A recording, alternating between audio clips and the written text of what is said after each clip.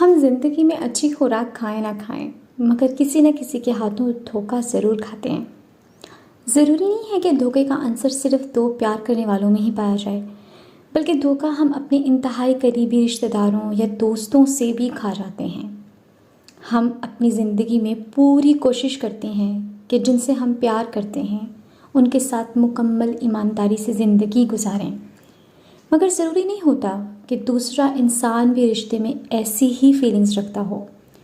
تو جب ہم دھوکہ کھا ہی جائیں تو ایسی صورتحال میں ہمیں کیسے نمٹنا چاہیے، کیونکہ یہ وہ وقت ہوتا ہے کہ جب انسان اندر سے مکمل طور پر ٹوٹ جاتا ہے۔ وہ سوچ بھی نہیں سکتا کہ جس انسان پر آنکھیں بند کر کے بھروسہ کیا، اسی انسان نے ان بند آنکھوں کو ساری زندگی کے لیے کھول دیا۔ نمبر 1، سب سے پہلے اپنے جذبات کو سمجھنے کی کوشش کیجیے۔ یہ وہ لمحہ ہوتا ہے کہ جب انسان سب سے زیادہ غیر یقینی کا شکار ہوتا ہے۔ اسے یقین ہی نہیں آ رہا ہوتا کہ اس کے ساتھ ایسا کچھ بھی ہو سکتا ہے۔ اسے ایسے ہی لگتا ہے کہ جیسے وہ خواب دیکھ رہا ہے۔ وہ دن رات خود کو یہی ثابت کرنے کی کوشش کرتا ہے کہ جو کچھ بھی اس کے ساتھ ہوا وہ در حقیقت اس کے ساتھ نہیں ہوا۔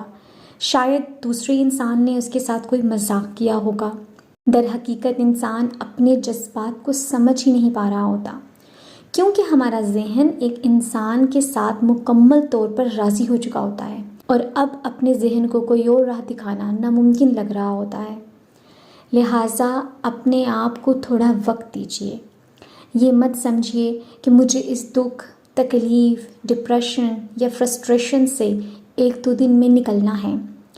دیکھیے، کسی انسان کے ساتھ گزارا گیا وقت اگر سالوں یا مہینوں پر محیط تھا تو آپ یہ بات کیسے سوچ سکتے ہیں کہ اس انسان کی یاد یا خیال آپ کے ذہن سے 1-2 دن میں نکل جائے گا؟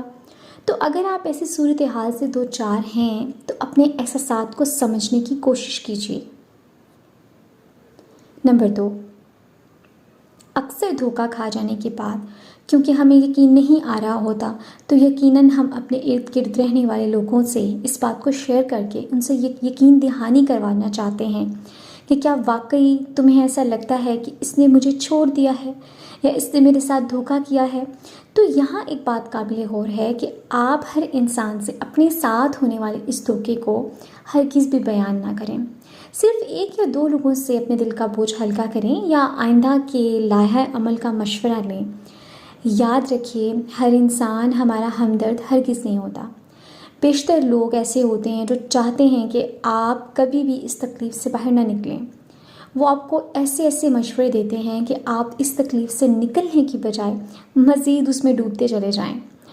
بہت دفعہ ایسا ہوتا ہے کہ گزرے وقت کے ساتھ جب ہمارے احساسات بدلنے لگتے ہیں، چند لوگ یہی چاہتے ہیں کہ آپ آگے نہ بڑھیں بلکہ اسے انسان کے لیے روتے رہیں۔ نمبر 3، تھوڑا سا وقت گزر جانے کے بعد جب آپ کو محسوس ہو کہ اب آپ حقیقت کو سمجھنے کے قابل ہو گئے ہیں تو آپ مان جائیں کہ وہ انسان آپ کے ساتھ نہیں رہنا چاہتا۔ اگر آپ اسے اپنی زندگی میں چاہیے ہوتے تو وہ آج آپ کے ساتھ ہوتا، وہ آپ سے دھوکہ ہرگز نہ کرتا۔ تو اگر کوئی آپ کا ساتھ نہیں چاہتا تو زبردستی آپ کسی کو اپنے ساتھ رہنے پر مجبور نہیں کر سکتے۔ بعض حقیقتیں بہت کڑوی ہوتی ہیں، لیکن اگر انہیں وقت پر تسلیم کر لیا جائے تو آنے والی زندگی کافی حد تک آسان ہو جاتی ہے۔ نمبر 4، اس غیر یقینی حقیقت کو تسلیم کرنے کے بعد ہمیں چاہیے کہ ہم اپنے ٹوٹے دل کے ساتھ ہی صحیح مگر آگے بڑھیں۔ ہو سکتا ہے کہ زندگی نے آپ کا ایک دروازہ بند کر کے آپ کے لیے 10 دروازے کھولے ہوں۔ یہ بھی ہو سکتا ہے کہ آنے والے وقت میں ہم اپنے ان احساسات پر کبھی فرصت میں بیٹھ کر ہنس پڑیں کہ مجھے کیا ہو گیا تھا، اس وقت میں نے اس انسان کے لیے اتنے آنسو بہائے۔ بعض دفعہ ایسا بھی ہوتا ہے کہ کوئی آنے والا انسان جانے والے انسان سے اتنا زیادہ اچھا ہوتا ہے کہ ہمارے غم کے نشان تک مٹ جاتے ہیں۔